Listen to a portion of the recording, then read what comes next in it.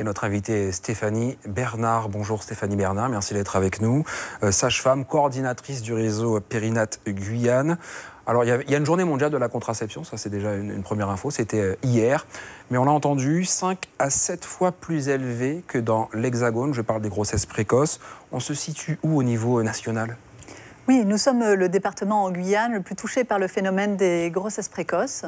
Et donc, il faut associer aussi les chiffres des interruptions volontaires de grossesse chez les mineurs aussi, qui sont extrêmement importants, qui représentent 15% du total des interruptions volontaires de grossesse faites par l'ensemble des femmes.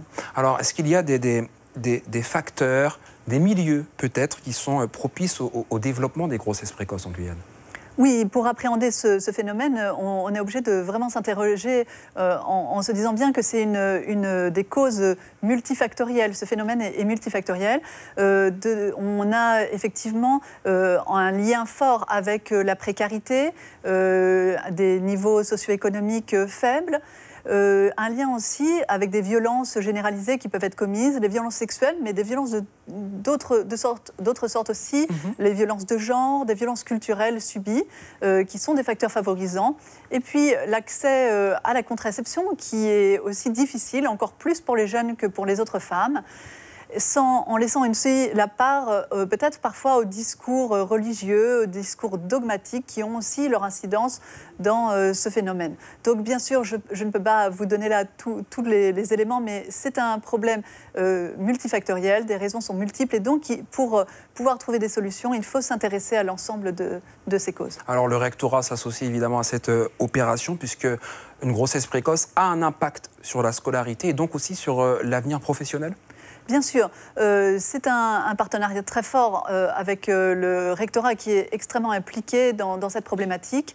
Bien sûr, il y a un risque de décrochage scolaire, parfois dû juste au fait même de la grossesse où la jeune ne souhaite pas poursuivre sa scolarité durant la grossesse, mais parfois aussi un décrochage complet et la jeune ne retourne pas du tout poursuivre ses études. Là, il y a un fort risque aussi que suite à cette première grossesse, d'autres grossesses rapprochées interviennent aussi.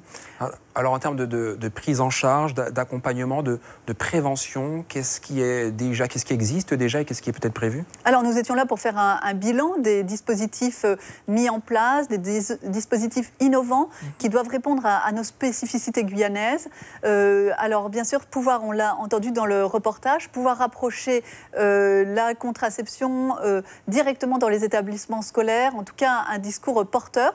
Et pour ça, c'est un partenariat fort entre la CTG, les sages-femmes de PMI et les rectorats, avec des sages-femmes qui interviennent directement dans les établissements scolaires.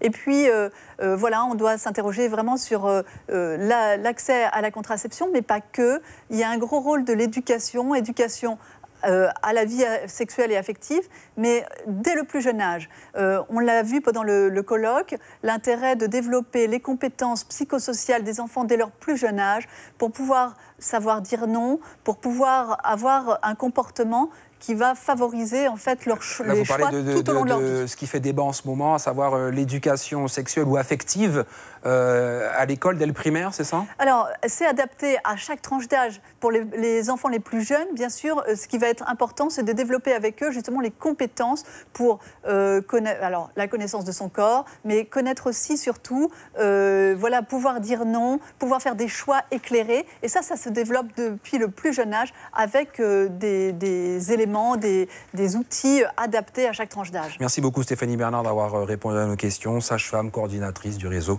Périnate Guyane. Merci beaucoup d'avoir été avec nous. Merci de cette invitation.